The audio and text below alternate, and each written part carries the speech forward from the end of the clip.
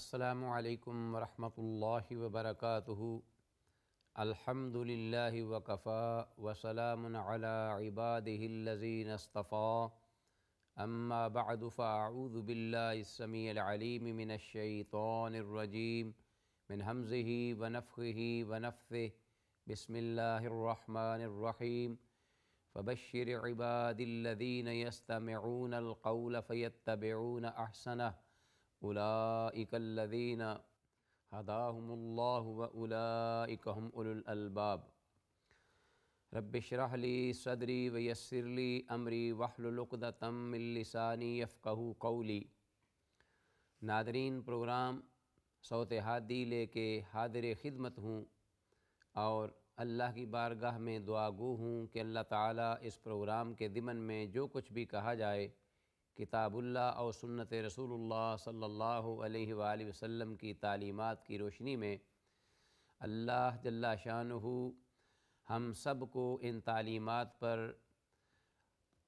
عمل کرنے کی توفیق ارزاں فرمائے۔ اللہم ارنا الحق حقا وارزقنا اتباعہ وارنا الباطل باطلا وارزقنا اجتنابہ، آمین یا الہ العالمین۔ ناظرین، آج کی اس نشست میں جو حدیث رسول صلی اللہ علیہ وسلم ہمارے زیر مطالعہ ہے، وہ مؤلف رحمہ اللہ نے کتاب الصیام یعنی روزوں کے سلسلے میں جو ابواب ذکر کیے ہیں، ان ابواب میں سے ایک باب بھی ذکر کیا ہے جس کا تعلق رمضان کے روزوں کے مسائل سے ہے۔ جیسا کہ پہلے بھی ہم نے جو گفتگو کی تھی اس میں یہ ذکر کیا تھا کہ روزہ کیسے فرض ہوا تدریجاً، اور اس کے بعد فمن شاہد منکم الشہر فلیصم، اس آیت مبارکہ نے قیامت تک کے لیے مکلف مسلمان مرد اور عورت پر یہ روزے فرض قرار دے دیے۔ تو اب ان فرضیت کے بعد، روزوں کی اس فرضیت کے بعد، ایک مسئلہ جو روزوں سے ہی متعلق ہے وہ ہے جو خواتین کی زندگی سے تعلق رکھتا ہے خاص طور پر، اور اس سلسلے میں ام المومنین حضرت عائشہ رضی اللہ تعالی عنہا وہ خود بیان فرماتی ہیں کہ مجھ پر روزوں کی فرضیت کی قضا باقی ہوتی تھی تو میں رمضان المبارک سے پہلے جو شعبان کا مہینہ تھا اس میں وہ قضا ادا کرتی۔ تو گویا مسلم خواتین، ان کے لیے اس بات میں رہنمائی ہے کہ جو خاص طور پر ماہواری آتی ہے اور اس سلسلے میں روزے ان کے چھوٹتے ہیں، تو روزوں کا وہ ایک سلسلہ جو کہ فوری طور پر بعد میں وہ نہیں ادا کر پاتیں، تو اللہ نے رخصت دی ہے کہ آئندہ رمضان کے روزوں سے پہلے کسی بھی وقت وہ ان روزوں کی قضا دے سکتی ہیں۔ بلکہ یہ تو مردوں کے لیے بھی حکم ہے، یہی مشروع ہے، اور اصل یہی ہے کہ آئندہ روزے آنے سے پہلے وہ پورے سال کے دوران، ضروری نہیں ہے کہ وہ اکٹھے روزے اگر نہیں رکھ سکتے تو متفرق دنوں میں بھی رکھ سکتے ہیں۔ تو اس سلسلے میں کتاب ہادہ کے مؤلف رحمہ اللہ نے جو باب ذکر کیا اس کے بھی الفاظ سے یہی واضح ہوتا ہے کہ باب قضائے رمضان فی شعبان، شعبان کے مہینے میں رمضان کے روزوں کی قضا کرنے کا یا پورے کرنے کا بیان۔ ویسے یہ بات بھی واضح ہے کہ شعبان کا وہ مہینہ جو کہ رمضان سے پہلے آتا ہے، یہ نفلی روزوں کی کثرت کی بنا پر معروف ہے اسلام میں، اور رحمت للعالمین سے جب یہ حضرت اسامہ بن زید رضی اللہ تعالیٰ عنہما نے سوال کیا تھا کہ اللہ کے رسول صلی اللہ علیہ وسلم، آپ کو میں دیکھتا ہوں کہ رمضان المبارک کے علاوہ بقیہ سارے مہینوں میں سب سے زیادہ آپ شعبان میں روزے رکھتے ہیں، تو اس کی کیا وجہ ہے؟ تو رسول اللہ صلی اللہ علیہ وسلم نے جواب میں یہ ارشاد فرمایا کہ یہ ایسا مہینہ ہے کہ ذالک شہر یغفل الناس عنہ بین رجب و رمضان، کہ رجب اور رمضان کے درمیان یہ مہینہ آتا ہے، وہو شہر ترفع فیہ الاعمال الی رب العالمین، اور اس مہینے میں رب جہانوں کے پروردگار کی جانب اعمال اٹھائے جاتے ہیں۔ فأحب ان یرفع عملی وانا صائم، تو میں یہ چاہتا ہوں، پسند ہے مجھے کہ جب میرے عمل اٹھائے جائیں تو میں روزے سے ہوں، اس لیے میں کثرت سے روزے رکھتا ہوں۔ تو اہل علم و فضل یہ بیان کرتے ہیں کہ رمضان المبارک کا جو یہ مہینہ ہے اس سے پہلے رجب کے اور بعد میں شوال کے 6 روزے، ان کی حیثیت اسی طرح ہی ہے جس طرح کہ بقیہ جو فرد نمازیں ہیں ان فرائض سے پہلے بھی اور بعد میں بھی سنن رواتب یا سنت موقدہ جنہیں ہم کہتے ہیں وہ یا نفلی عبادت رکھی گئی ہے، ان کی حیثیت ایسے ہی ہے، کیونکہ اللہ حکم الحاکمین سب سے پہلے جب نماز کے بارے میں سوال کریں گے، پھر دیگر فرائض کے بارے میں، تو کوئی کمی کوتاہی اگر ہوگی تو اللہ فرمائیں گے کہ انظروا لعبدی هل تجدون شیئا من تطوع، میرے بندے کی نفلی نماز کے بارے میں دیکھیے، کوئی کمی ہے، کوئی نقص ہے، تو ان نفلی عبادت میں سے لے کر یہ فرض کی جو کمی ہے وہ پوری کر دی جائے۔ اللہ رحیم و کریم نے ہمیں یہ موقع دیا ہے اس اعتبار سے۔ تو رسول اللہ صلی اللہ علیہ وسلم شعبان کے مہینے میں روزے رکھتے تھے۔ حضرت عائشہ رضی اللہ عنہ فرماتی ہیں قالت کان یکون علی الصوم من رمضان، یہ حدیث ہمارے زیر مطالعہ 703 ہے، اور عائشہ رضی اللہ عنہ خود اس کی راویہ ہیں کہ مجھ پر روزے رمضان کے ہوتے یا چھوٹ جاتے تو فما استطیع ان اقضی الا فی شعبان، تو میں آئندہ سال رمضان سے پہلے کا جو شعبان ہے اس میں ہی وہ قضا دے پاتی، یعنی اس سے پہلے مجھے موقع نہ ملتا یا مجھے گنجائش نہ ملتی تو میں پھر شعبان میں وہ قضا جو ہے وہ ادا کرتی۔ تو ایک تو یہ ہے کہ پورے سال میں کسی بھی وقت بندہ روزہ رکھ لے، چاہے عورت ہو یا مرد، اور دوسرا مسئلہ یہ ہوا کہ یہ روزے جو فرد روزے انسان کے رہ جاتے ہیں کسی شرعی عذر کی بنا پر اور اکٹھے ہو جاتے ہیں، تو جائز ہے کہ مرد اور عورت ہر دونوں کے لیے کہ چاہے وہ اکٹھے رکھ لیں ایک ساتھ اگر ممکن ہے، اور اگر ممکن نہیں تو وہ ان کو متفرق اوقات میں بھی یہ رکھ سکتے ہیں۔ تو اس سلسلے میں شریعت میں یہ رہنمائی موجود ہے، کیونکہ امام دارقطنی نے حضرت عائشہ رضی اللہ تعالیٰ عنہ کی ایک روایت نقل کی ہے جس میں وہ فرماتی ہیں کہ پہلے جب نازل ہوا حکم تو نازلت فعدۃ من ایام اخر متتابعات، متتابعات کا معنی کہ پے در پے روزے اکٹھے رکھنے ہیں جو رہ گئے ہیں، لیکن فسقطت متتابعات، بعد میں یہ جو متتابعات کے لفظ ہیں یہ حذف کر دیے گئے سہولت کے لیے ہماری شریعت میں۔ تو اب جو حکم ہے وہ یہ ہے کہ متفرق الگ الگ بھی دنوں میں روزے رکھے جا سکتے ہیں، اور اس کی تائید میں حضرت عبداللہ بن عباس رضی اللہ عنہما سے ان کا یہ قول مروی ہے، وہ کہتے ہیں کہ لا باس ان یفرق لقول اللہ تعالی فعدۃ من ایام اخر، کہ کوئی حرج نہیں کہ اگر آدمی جو ہے وہ روزے متفرق بھی رکھ لے جو قضا ہو گئے ہیں اس کے بعد میں اس پر ہیں مختلف دنوں میں، کیونکہ اللہ رب العالمین نے فعدۃ من ایام اخر کے الفاظ ذکر کیے ہیں، اس کا معنی ہے بقیہ دنوں میں، اور کوئی قید نہیں لگائی کہ وہ جو بقیہ دن ہیں وہ ان میں اکٹھے روزے رکھنے ہیں یا کہ متفرق۔ تو یہ ناظرین اس حدیث میں حکم ذکر ہوا ہے۔ آتے ہیں نئے باب کی طرف جو مؤلف رحمہ اللہ نے کتاب الصیام کے ہی سلسلے میں ذکر کیا ہے، اور اس میں ایک نیا حکم ہے جو کہ ذکر ہوا ہے کہ اگر کوئی شخص مسلمان مرد یا عورت فوت ہو جاتے ہیں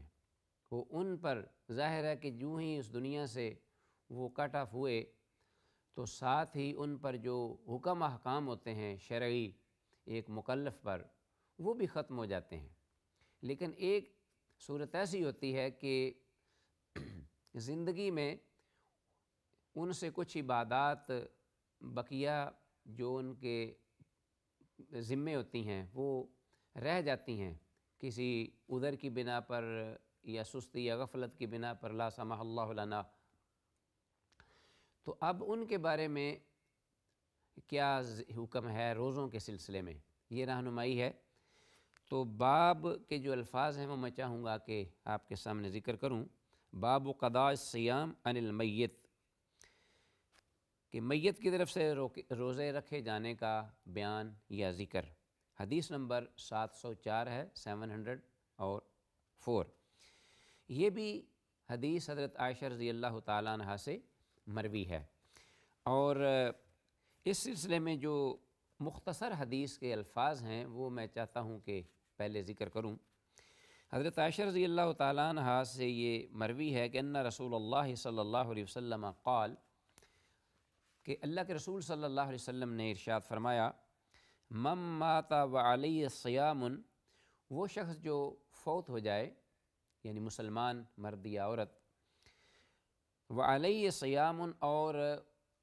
اس کے ذمہ روزے ہوں ادا کرنے کے لیے، اس پر یعنی اس نے ادا نہ کیے ہوں یا ادا نہیں کر سکا، صام عنہ ولیہ، تو اس کی کیا صورت ہوگی؟ تو اس کا ولی سے مراد یہاں وہ سرپرست لیا جاتا ہے عام طور پر، جو اس کے خاندان کا قریبی کوئی رشتہ دار ہے، جو اس کی زندگی میں اس کے بارے میں یا اس کے نان و نفقہ کے بارے میں ذمہ دار، یا کوئی ورثاء میں سے جو وارث قریب ترین کہلاتا ہے، معتبر اس کے خاندان کا، صام عنہ ولیہ، جو کہ اس کے کوئی مسئلہ درپیش ہو تو اس کے بارے میں اس سے پوچھا جائے زندگی میں،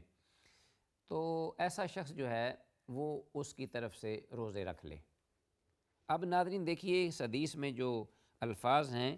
ان کے ظاہر سے تو یہ معلوم ہوتا ہے کہ اس سے کوئی مراد روزوں کی تخصیص نہیں، اس حدیث میں خاص طور پر صرف یہ کہا گیا ہے کہ وہ شخص جو فوت ہو جائے اور اس پر روزے ہوں۔ یہ ذکر نہیں ہوا کہ وہ روزے نظر کے ہیں، آیا وہ روزے کسی کفارے کے سلسلے میں اس پر ہیں بقیہ،